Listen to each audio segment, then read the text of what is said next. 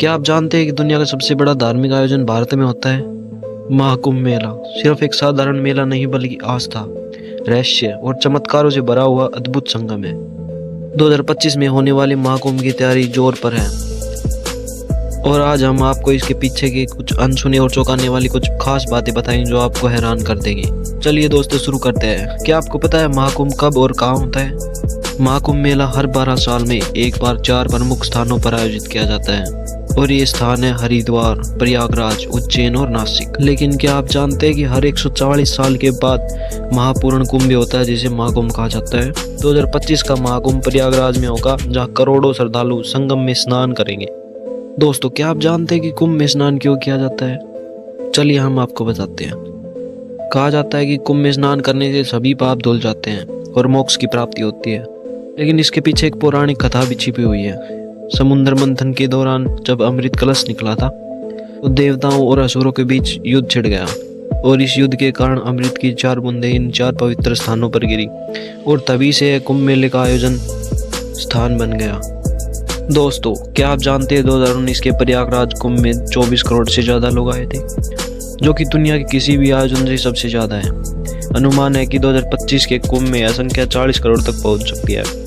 एक साथ इतने लोगों के स्नान करने से गंगा नदी में क्या बदलाव आते हैं? वैज्ञानिक के अनुसार माने तो कुंभ के दौरान गंगा के पानी में औषधीय गुण बढ़ जाते हैं, जिससे बहुत से लोगों की बीमारियां तक ठीक हो जाती हैं। दोस्तों क्या आपने नागा साधु का नाम सुना है? कुंभ के सबसे रहस्यमयी संत। चलिए आपको बताते हैं। महाकुंभ की सबसे बड़ी खासियत होती है नागा साधु, जो सालों तक तपस्या करने के बाद कुंभ में प्रकट होते हैं। ये नग्न रहते हैं, भस्म लपेटते हैं और हिमालय की कड़ी ठंड में तपस्या करते हैं। लेकिन क्या आप जानते हैं कि नागा साधु बनने के लिए व्यक्ति को 12 साल की कठिन साधना करनी पड़ती है?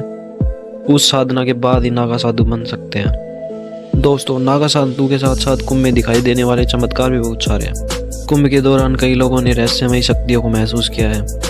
कुछ साधु भविष्यवाणी करने की क्षमता रखते हैं तो कुछ योगी हवा में बैठने जैसी चमत्कारी क्रियाएं करते हैं। वैज्ञानिक भी इस दौरान होने वाली ऊर्जा परिवर्तन पर रिसर्च कर रहे हैं। कुंभ की सुरक्षा दुनिया की सबसे बड़ी व्यवस्था है। कुंभ मेले में सुरक्षा किसी युद्ध से कम नहीं होती। या 3 लाख से ज़्यादा पुलिसकर्मी और कमांडो तैनात किए जाते हैं। ड्रोन, सीसीटीवी और AI तकनीक से हर व्यक्ति की गतिविधियों पर नजर रखी जाती है। इतना ही नहीं, कुंभ के लिए एक अस्थायी शहर भी बसाया जाता है जिसमें लाखों टेंट और हाईटेक सुविधाएं भी उपलब्ध होती हैं। इसके साथ साथ कई लोगों ने अनुभव किया है कि कुंभ के दौरान मौसम अचानक बदल जाता है। कई बार बारिश हो जाती है तो कई बार अचानक ठंड बढ़ जाती है।